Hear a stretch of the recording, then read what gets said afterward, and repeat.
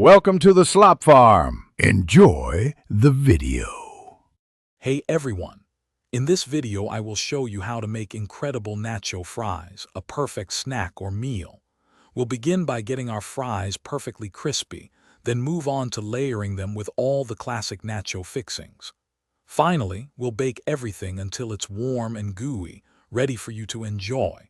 It's a super simple process and you'll have a fantastic dish in about 30 minutes. Let's get started. First things first, let's get those fries ready. You'll want about 2 pounds of your favorite frozen fries, like crinkle cut or shoestring, spread out on a baking sheet. Pop them into an oven preheated to 400 degrees Fahrenheit. Let them bake for about 20 to 25 minutes, or until they're beautifully golden brown and super crispy. This forms the perfect foundation for our nacho masterpiece, so don't rush this step. Now for the fun part, layering on those delicious toppings. Once your fries are crispy, spread about 1 cup of cooked, seasoned ground beef or black beans over them. Then, generously sprinkle 1 1/2 cups of a shredded cheddar and Monterey Jack cheese blend.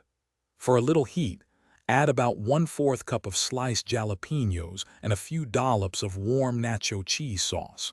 Feel free to customize with your favorite additions. Almost there. Once your fries are loaded with all those amazing toppings, pop them back into the oven. Bake for another 5 to 8 minutes, or until the cheese is perfectly melted, bubbly, and slightly golden. This ensures everything is warm and gooey. Once out of the oven, garnish with a dollop of sour cream, a spoonful of fresh salsa, and some chopped cilantro. Serve them immediately and enjoy your incredible homemade nacho fries. Thanks for watching. Consider subscribing if we helped you today.